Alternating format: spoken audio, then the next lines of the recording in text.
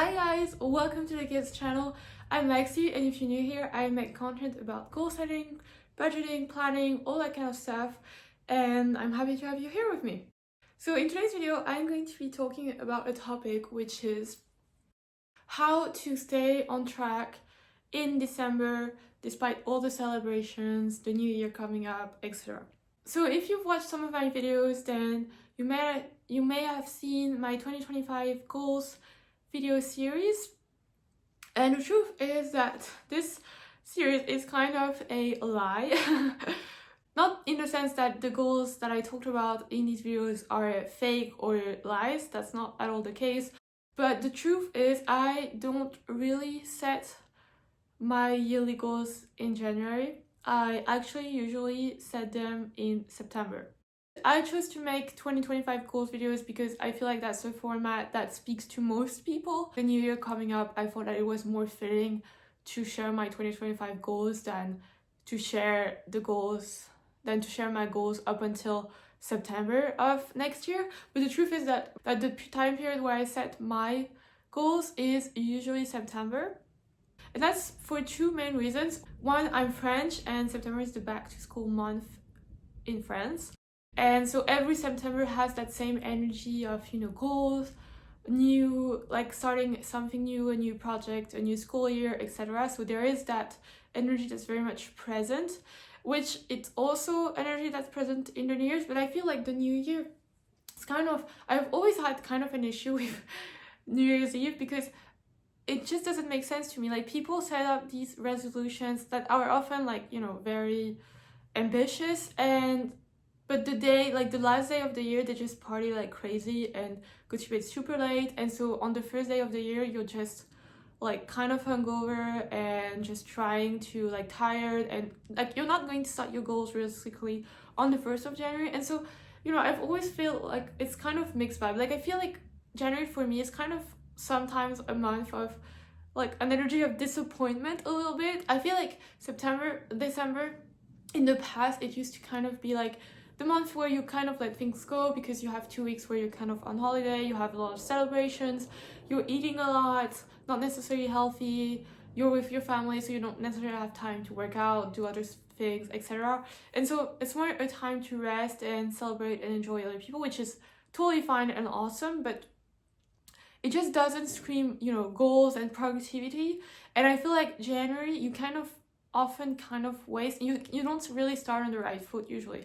So I was kind of thinking about it, and so I decided to just kind of change it slightly. So I still set up quarterly goals, 3-month goals and 6-month goals, but I've kind of switched it up so that my 6-month goal are set in September and March. And March for me is pretty significant because it is my birthday.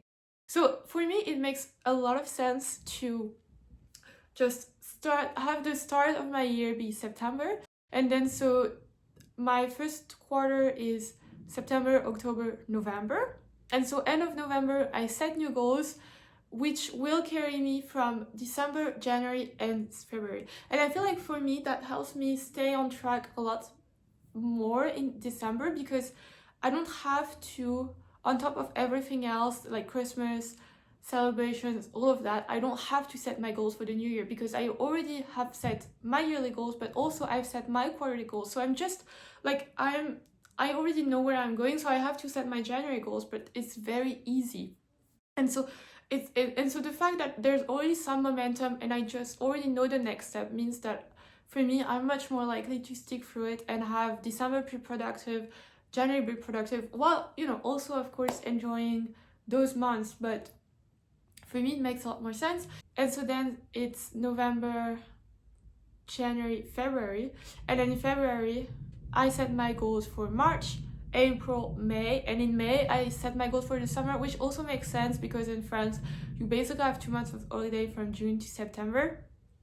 And May is also a month where we have a lot of holidays, days that we get off work, and so it's a period that usually you don't really have too much going on at work if you work like in a business or in a company or whatever, you usually don't have too much going on at that time. And then so June, you still have stuff going on, but it's kind of winding down for the summer. So I feel like for me it makes more sense.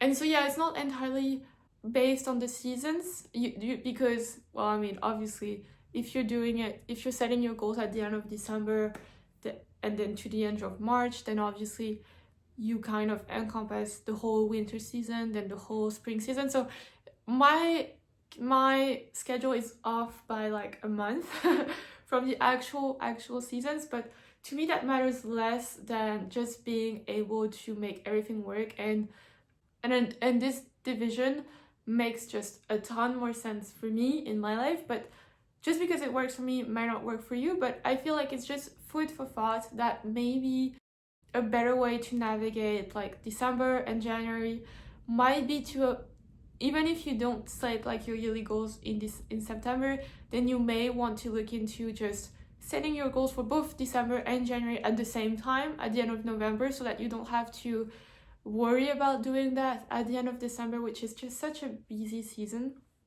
So yeah, I just wanted to tell you guys a little bit about how I set my goals and how I navigate the craziness of December and the start of the new year, and how I managed to stay on track through all of that and be relatively at peace and, worry-free, stress-free about having to set goals and all of that, because it's already something I've taken care of, so I can enjoy December. I usually, if you watch my December goals video, then you may have heard that, I tend to set a little bit less goals in December, because I do feel like it's a very busy month and a month where you have to celebrate, enjoy with your family and all of that. That's important. So I do tend to focus a little bit less on productivity in that month, but just not having to set anything except my January goals in January just makes a lot of difference for me, and I just feel like so at peace, and it's just so easy for me because I already know like what my goals are for the end of February, so